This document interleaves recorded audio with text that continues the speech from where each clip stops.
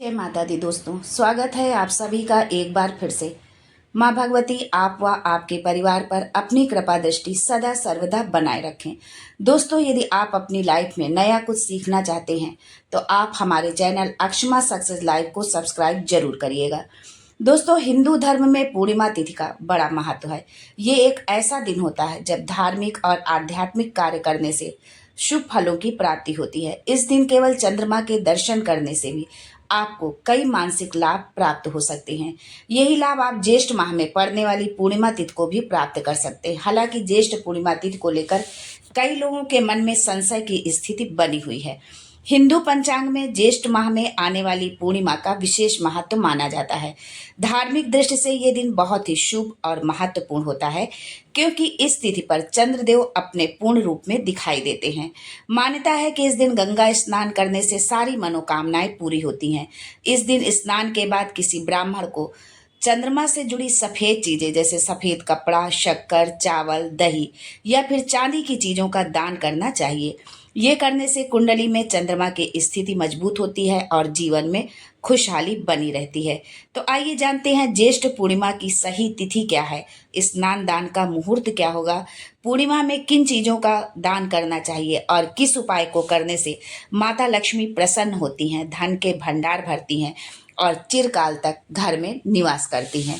लेकिन ये सब जानने से पहले आपसे रिक्वेस्ट करती हूँ कि वीडियो को लाइक करिएगा, दोस्तों को शेयर कर दीजिएगा और अगर आपने अभी तक चैनल को सब्सक्राइब नहीं किया है तो चैनल को सब्सक्राइब करके बेल आइकन जरूर दबाइएगा। दोस्तों, हिंदू पंचांग के अनुसार ज्येष्ठ महीने की पूर्णिमा तिथि का आरंभ 21 जून को सुबह के समय हो जाएगा। पूर्णिमा तिथि 21 जून को 6:01 से शुरू होगी और 22 तारीख की सुबह 3:07 तक रहेगी। ज्येष्ठ पूर्णिमा के दिन रात्रि में चंद्र पूजन का महत्व होता है, इसलिए ज्येष्ठ पूर्णिमा व्रत 21 जून को ही रखा जाएगा। वहीं 22 जून को आप स्नान दान कर सकते हैं। उदया तिथि की मान्यता के अनुसार ज्येष्ठ पूर्णिमा 22 जून को ही मनाई जाएगी। साल 2024 में ज्येष्ठ पूर्णिमा 2 दिनों तक रहेगी, इसलिए 21 और 22 दोनों ही दिन आप स्नान और दान का लाभ प्राप्त कर सकते हैं। हालांकि व्रत के लिए 21 जून का ही दिन शुभ माना जाएगा। 21 तारीख को सुबह के समय आप 6:15 से 9 बजे तक स्नान कर सकते हैं। दान करने के लिए भी ये समय शुभ रहेगा। रात्रि में आपको चंद्रमा का पूजन इस दिन जरूर करना चाहिए। इस दिन चंद्रमा के साथ ही भगवान विष्णु और माता लक्ष्मी के निमित्त व्रत रखने और पूजा करने से आपको शुभ फल की प्राप्ति होगी। श्रद्धा पूर्वक विष्णु भगवान और माता लक्ष्मी की पूजा करने से घर में बरकत आती है और धन से संबंधित मामलों में भी आपको सफलता मिलती है। 22 जून को दान आप किसी भी समय कर सकते हैं, लेकिन स्नान जो है आप सुबह 5 बजे से लेकर 6:30 तक करना ही उत्तम माना जाएगा। दोस्तों, ज्येष्ठ पूर्णिमा के दिन दान का बड़ा महत्व होता है। इस दिन अपने सामर्थ्य के अनुसार आपको दान जरूर करना चाहिए।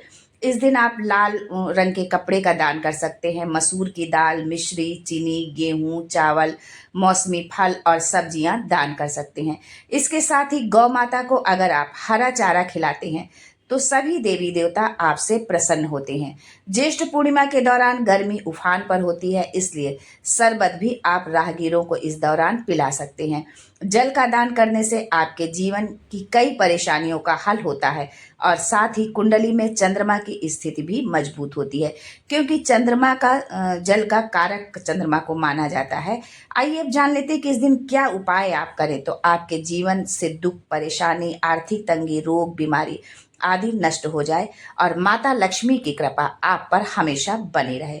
दोस्तों, ज्येष्ठ पूर्णिमा के दिन 11 कौड़ियों का साफ लाल कपड़े में आप लपेट लें। इसके लिए आप अगर यदि नया कपड़ा लेते हैं तो बहुत ही अच्छा होगा।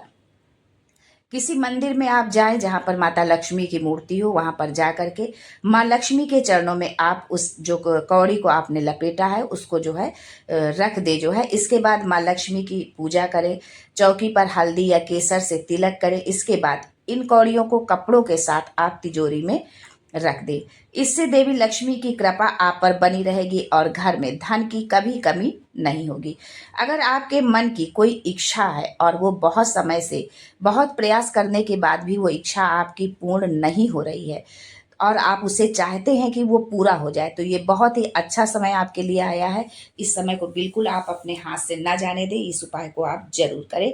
आप ज्येष्ठ पूर्णिमा के दिन चंद्रदेव का पूजन करें जो है, और दूध में शहद और चंदन मिलाकर चंद्रमा को अर्घ दे। आपको दूध लेना है, कच्चा दूध लेना है, और उसमें चंदन मिलाना है, सफेद चंदन और शहद, और इसको मिला करके आपको अर्घ देना है।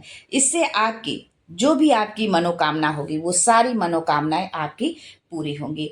और जो भी आपकी मनोकामना हो तो अर्घ देते समय चंद्रदेव से अपनी उस मनोकामना को उनके सामने रखकर उनसे प्रार्थना करें, आपकी ये मनोकामना जरूर पूर्ण होगी। इस दिन सुबह जल्दी उठकर पीपल के पेड़ पर जल और मिठाई चढ़ानी चाहिए। जल में आप कुछ मीठा डाल लें, आप मिश्री डाल सकते, चीनी डाल सकते, बताशा डाल सकते, कुछ भी आपको मीठा जल में डालना है, और फिर उस जल को आपको जो है पीपल में चढ़ाना है। इससे आपके जीवन की जो भी परेशानियां होंगी और माँ लक्ष्मी की कृपा मिलेगी, और जो भी परेशानी होगी वो सारी परेशानियां आपके जीवन से दूर हो जाएगी। इस दिन माँ लक्ष्मी को मखाने की खीर का जरूर आप भोग लगाएं, क्योंकि ये खीर जो है माँ लक्ष्मी को बहुत ही प्रिय है, और उनका ये प्रिय भोग माना जाता है मखाने की खीर। इस भोग को चढ़ाने से माँ लक्ष्मी बहुत जल्द प्रसन्न होती हैं। ज्येष्ठ पूर्णिमा के दिन इस दिव्य खीर का भोग आप अवश्य लगाएं जो है। भले ही आप थोड़ा सा ही बनाएं, यदि आप ज़्यादा नहीं बना सकते हैं तो थोड़ा सा ही बनाएं, लेकिन माता लक्ष्मी को जो है मखाने की खीर का भोग अवश्य लगाएं।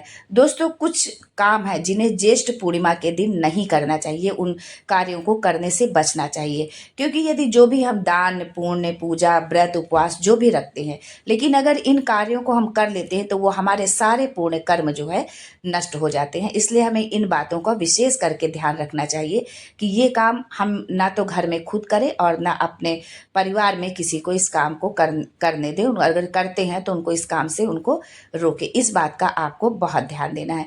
इस दिन सबसे पहली चीज़ है कि तामसिक चीज़ें नहीं खानी चाहिए। मांस, मदिरा, लहसुन, प्याज, इन चीज़ों का सेवन आपको बिल्कुल भी नहीं करना चाहिए, क्योंकि आपने व्रत रखा है भगवान विष्णु के निमित्त, माता लक्ष्मी के निमित्त आपने उपवास रखा है। और घर में यदि एक भी सदस्य यदि उपवास है तो सारे घर के सभी लोगों को जो है भले वो उपवास न रखे, लेकिन उन नियमों का पालन उनको जरूर करना चाहिए। दूसरी चीज़ है कि इस दिन जो है आप बाल ना कटवाएं, नाखून ना काटें जो है। इस चीज़ का भी आपको ध्यान रखना, ना खुद करें और ना घर के दूसरे लोग इस कार्य को करें। इस दिन आपको अपने जीवन साथी के साथ विवाद या बहस नहीं करना चाहिए। और घर में जो भी बड़े बुजुर्ग हैं, माता पिता, सास ससुर या कोई भी यदि बड़ा है, तो उनके दिल को किसी भी तरह से मन वचन काणी मनसा वाचा कर्मणा किसी भी तरह से उनको तकलीफ ना दे, उनको किसी तरह का दुख ना दे। इस बात का भी आपको ध्यान रखना है। ऐसा कार्य करें कि जिससे सब खुश रहें और जो है उनका आशीर्वाद मिले, क्योंकि जो बड़ों का आशीर्वाद हमें मिलता है वो भगवान के आशीर्वाद से भी बड़ा होता है। यानी भगवान भी उस आशीर्वाद को नहीं काट सकते हैं जो हमारे माता पिता या बड़े बुजुर्गों के माध्यम से जो आशीर्वाद हमको मिलता है। इस दिन आप जुआ सट्टा इस तरह के जो है गलत कामों से आप परहेज करें, बिल्कुल ना करें। झूठ ना बोलें, किसी का दिल ना दुखाएं, और इस तरह के काम करने से आप बचें। तो आपने पूर्णिमा के दिन जो भी आपने दान पुण्य किया है, उपवास रखा है, तो उसका पूर्ण फल आपको प्राप्त होगा।